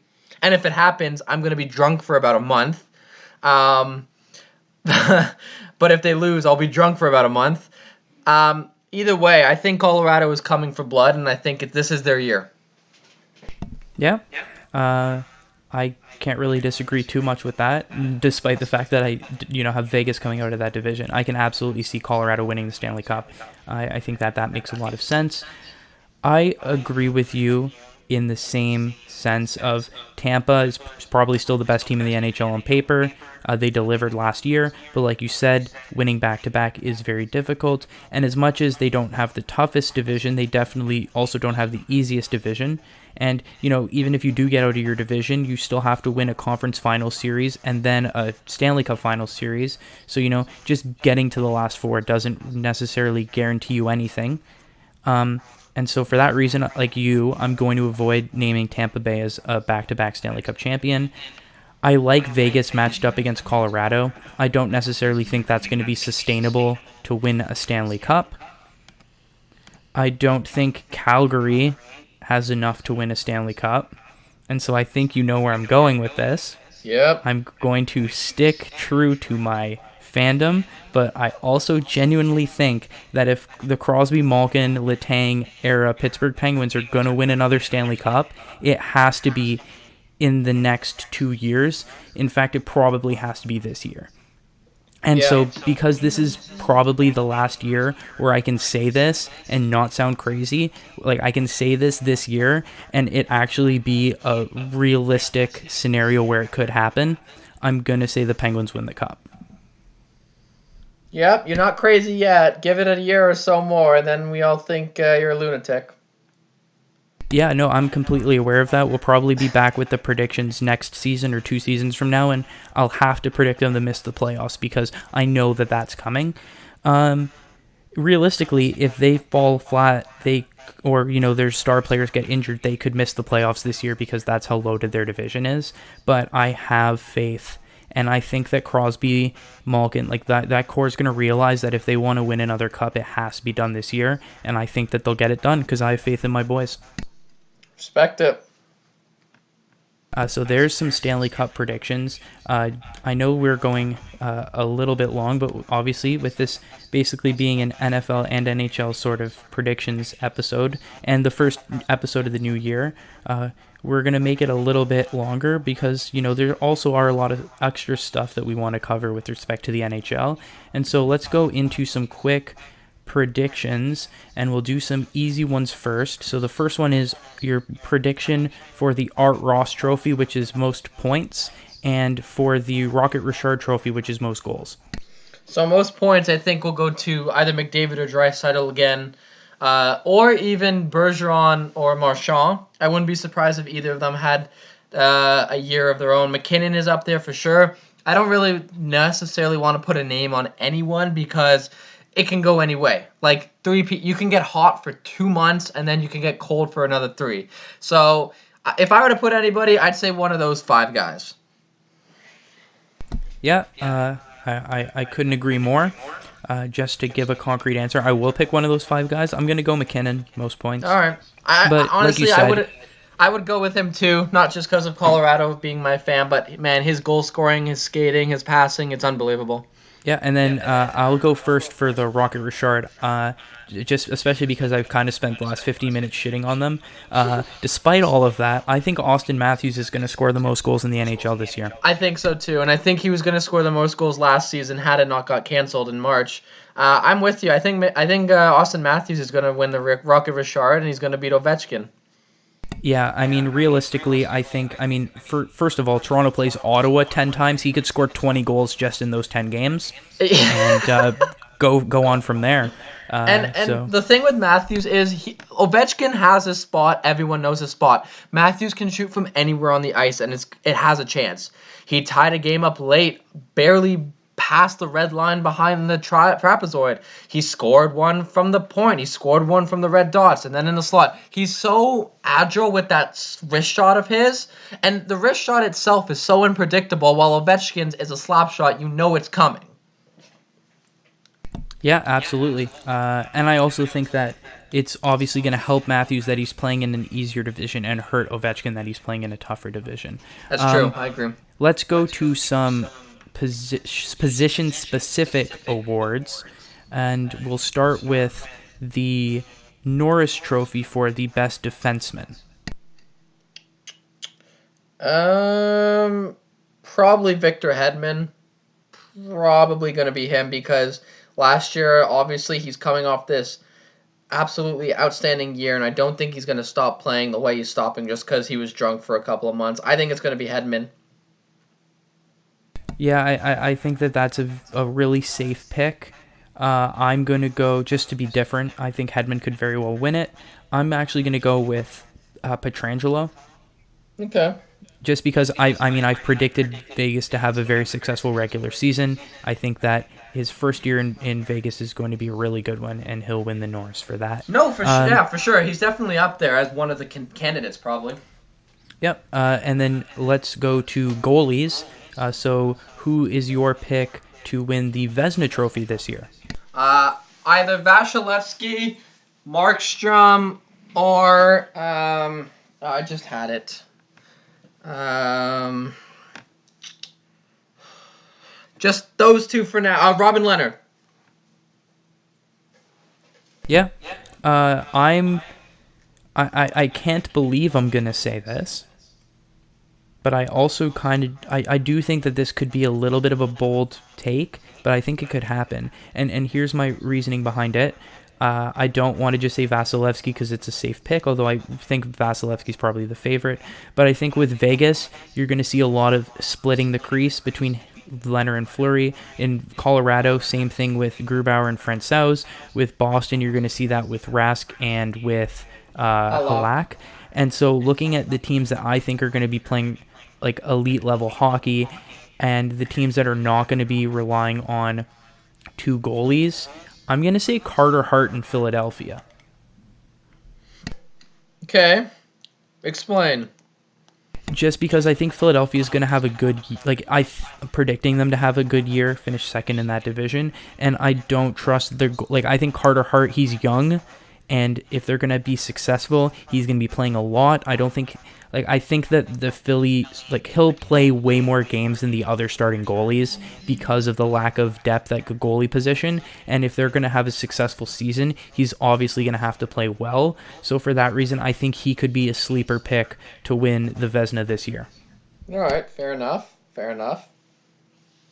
And then moving on to still some specialist trophies, but for off of the ice, pick for the coach of the year and also the general manager of the year. So for me, I think the Jack Adams for coach of the year, I think it's going to go to this. Okay, I'm going to make a pick before the season, but I'm also going to make a pick of who I think's truly going to win it, but I don't know who, because you'll understand when I say the situation. I think it's going to go to the coach of the team that has players miss a lot because of COVID, but still have a really good year.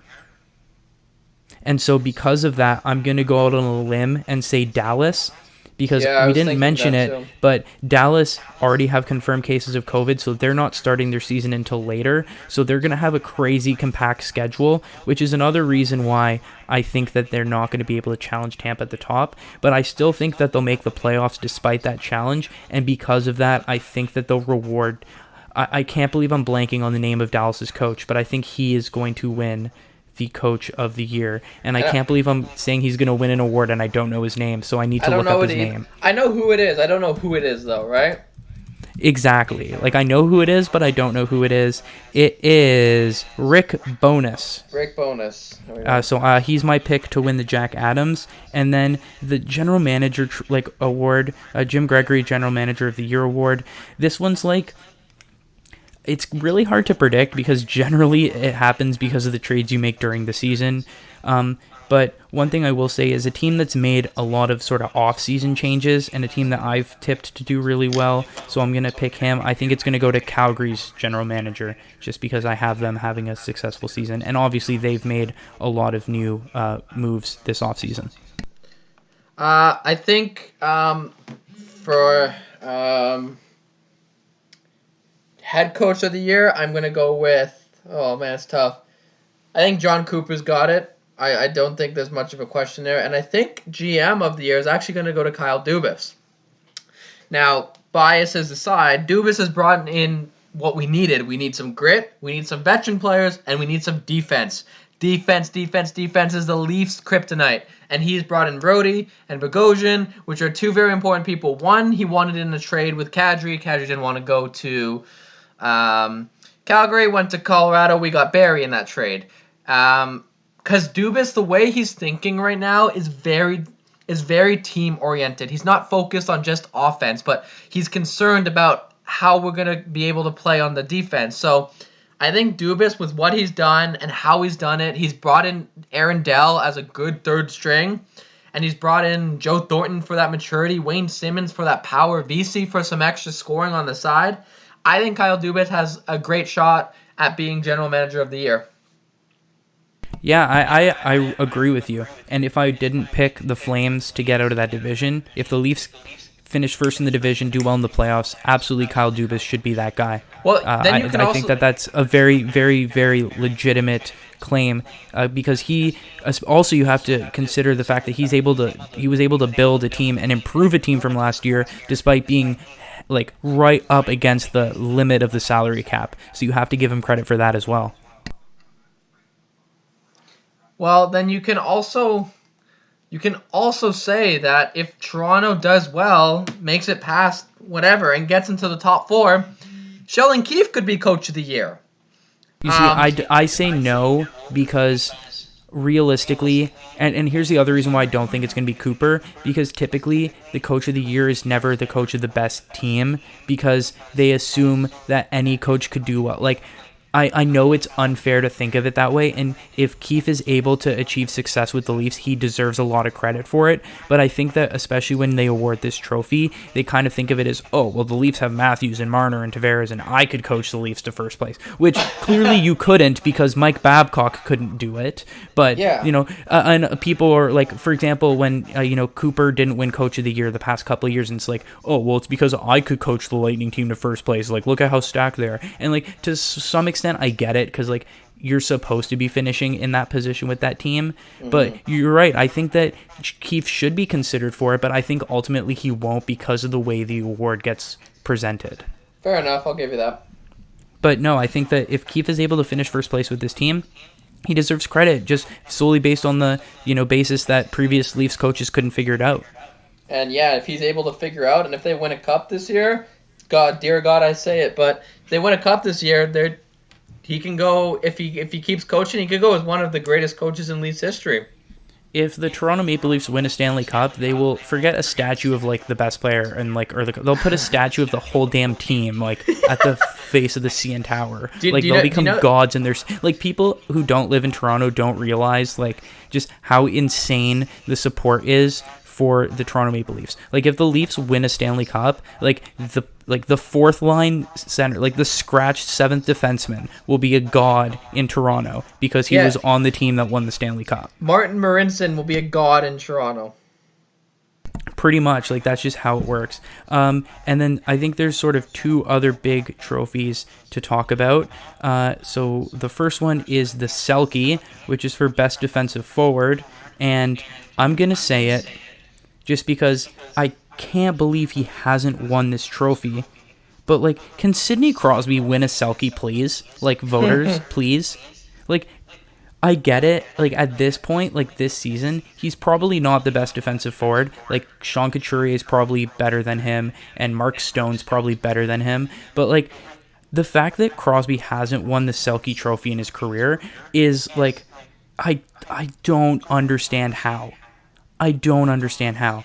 Like, he is a complete player. Like, best defensive forward. Like, that was Sidney Crosby because at one point in the league, Sidney Crosby was the best at every possible thing you could be as a forward. That's obviously not the case anymore. But, like, Crosby still put up elite defensive numbers last year. They were just dragged down by Jack Johnson. So I'm hoping that in a year where he doesn't have to play with the worst player in the NHL, that those stats will be able to shine again and he can finally win one. Because, man, he deserves it. But just because I know it's not going to happen, Mark Stone. Yeah, I was going to say maybe Bergeron, but I kind of So he can win his, like, 15th. Yeah, but there's a reason why he's won that many. It's because he's absolutely. so good he's at it. He's won 4, so I might be blowing it out of proportion. But, like, no, you're absolutely right. He definitely deserves it. And, I mean, if you look at the players who have won it during Crosby's time, Bergeron, absolutely. Kopitar, absolutely. And the last 2 years, Ryan O'Reilly and Sean Couturier. Couturier, I get. Crosby should have won over O'Reilly. And how the hell is Jonathan Toews the winner of this award? But Sidney Crosby. Anyways, I digress. I'll like give it back to you. There's nothing else to get back. What's the last award we got? And that is the Hart Trophy for MVP. Nathan MacKinnon. Once again, he's going to have Art Ross going to take his team to the finals and win the cup, and he is going to have an outstanding season this year. Everyone just got to be careful of Colorado. They are hungry for blood. So I think McKinnon's going to win the trophy, the award. Yeah, it's really hard for me to name a player not named Nathan MacKinnon who's going to win this award. Especially based on like the predictions that I've given in terms of where the teams are going to face. Because if you want to win the Hart Trophy, your team has to not only make the playoffs, but like essentially be a top team in your division. And also, it doesn't help if you play on a stacked team. So, like, sorry, Tampa Bay Lightning. But that's another thing, is, like, the Tampa Bay Lightning players are going to be impeded on winning this trophy because it's hard to be the most valuable player when your team is just absolutely loaded, where if you took a player off of your team, you'd still win the division, right? So I think Tampa players are going to be punished for that reason. I think that Toronto Maple Leafs players are going to be punished for playing in what's going to be considered a weaker division, although I think that's bullshit. Like, frankly, Matthews, if he has the season I think he's going to have, should be probably top 3, top 5 for MVP this year, and I think he could honestly be an outside pick. Like, if Matthews scores the most goals in the league, does enough playmaking to be up at the top near points, and the Leafs finish first in the division, it's hard to argue that he's not up there. Fair. Didn't cross my mind because I just think McKinnon overall is a significantly better player than Matthews. Matthews, you can argue is like going to be a pure goal scorer in the future, like Ovechkin. But McKinnon is overall, his defense is fantastic. You put him on the panel. You can put McKinnon wherever you wanted to, and he would be okay because he's very team-centric and team-oriented. Yeah, absolutely. Which is why, like, when I talk about these other players, I'm trying to think about it from a perspective of, would he win it over McKinnon? I'm trying to think of a player. I can't think of any Tampa Bay Lightning players because they get penalized for playing on a stacked team. I can't think of any Toronto players because they'll get penalized for being in a somewhat weaker division, even though that doesn't make sense. But also, like you said, I think McKinnon's just a more complete player than Austin Matthews is. If Vegas wins the division, I don't see a defenseman winning MVP, which is once again also bullshit because MVP, like, it shouldn't be a forward only award, but it seems like that's just what it is now. Mm-hmm. So I don't see a Vegas player winning it because, like, Mark Stone, like, who's gonna win MVP? Like, that doesn't happen. And then, I mean, I have Boston finishing first, but, like, that's equal. Like, I don't see any of those players winning it, so I'm going to agree with you on this one. Like, I want to name a different player for the sake of being different, but I agree with you. I don't see how it can be, like, especially because I have Edmonton finishing third. Like, you could say McDavid, you could say Draisaitl, but Edmonton would have to be way better than that in order for them to win it.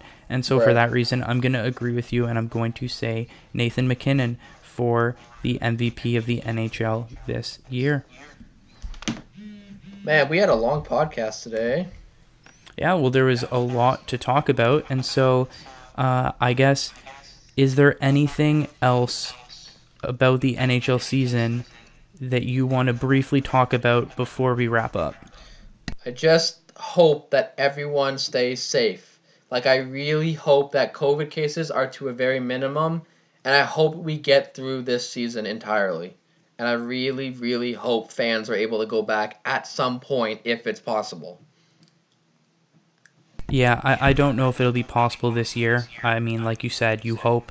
But I agree with you. I think that this year, hopefully everyone stays safe. Hopefully there's not too many, I was going to say hopefully there are no positive cases, but realistically we already have positive cases before the season's even started. So it's just about, the MLB and the NFL were able to get through seasons. Hopefully the NHL will be the same. And like you said, hopefully it's like a minor thing. There are no major outbreaks. There's no, nothing too extreme with that, and they're able to navigate that properly. And if they can follow what the NBA is doing, the NBA has had 0 cases since the beginning of the season. So if the Leafs, and not just the Leafs, but the entire NHL can do the same or base it off the same thing, we should be okay. Yeah, no, I completely agree. And then just, one last thing for anyone who is playing fantasy hockey this season. All the best. Good luck, unless you're one of the people who are playing in my league. And other than that, I just want to say for those players, congratulations on second place at best. You're funny, bro. You think you're going to go back-to-back, but, it's the hardest part is defending a championship. So, we'll see. Well, I mean, 2 years ago I won. Last year, I technically came third, although that's also, like, when the season shut down, I was tied for first, but because I lost the tiebreaker, I was technically second in the conference, and it's this whole thing. But technically, I was tied for first when the season got shut down, but the app placed me third overall, so that's the app's fault. I was tied for first, so I'm going to consider this me winning back-to-back-to-back. Sure, and that's we'll at least the way I put it together. Yeah, I'm sure it is the way you put it. Yeah, I'm sure. Hey, all I know is I have a God squad again this year, and I'm looking forward to cheering on the Pittsburgh Penguins, watching a lot of hockey, and winning in fantasy again. Yeah, well, to everyone their own. We'd like to thank everyone for tuning in and continuing to listening. Just because, the support is why we do this podcast. And because it's not, it's hard seeing people in person and talking about sports about this. So it's good that we do this, and we appreciate everyone for listening. Yeah, no, absolutely. Couldn't have said it better myself. Thank you for all the support listening. Feel free to leave a like or subscribe if you're watching on YouTube. If you're listening through whether it's Spotify, Apple Podcasts, to follow or leave 5-star review. And yeah, if there's anything that you guys want us to talk about or any particular sports topics or questions that you have for us, feel free to reach out to us individually for sure, because like Jacob said, it's this is a great platform for us to be able to continue to talk sports even in a situation where we're essentially it seems like constantly in lockdown. But I think that's a good way to wrap up today. So we want to thank you again for listening or watching, and we'll be back again. Our break is over, so we'll be back in this new year with weekly uploads just like before. So we're excited to be back doing this weekly again, and we will see you next week.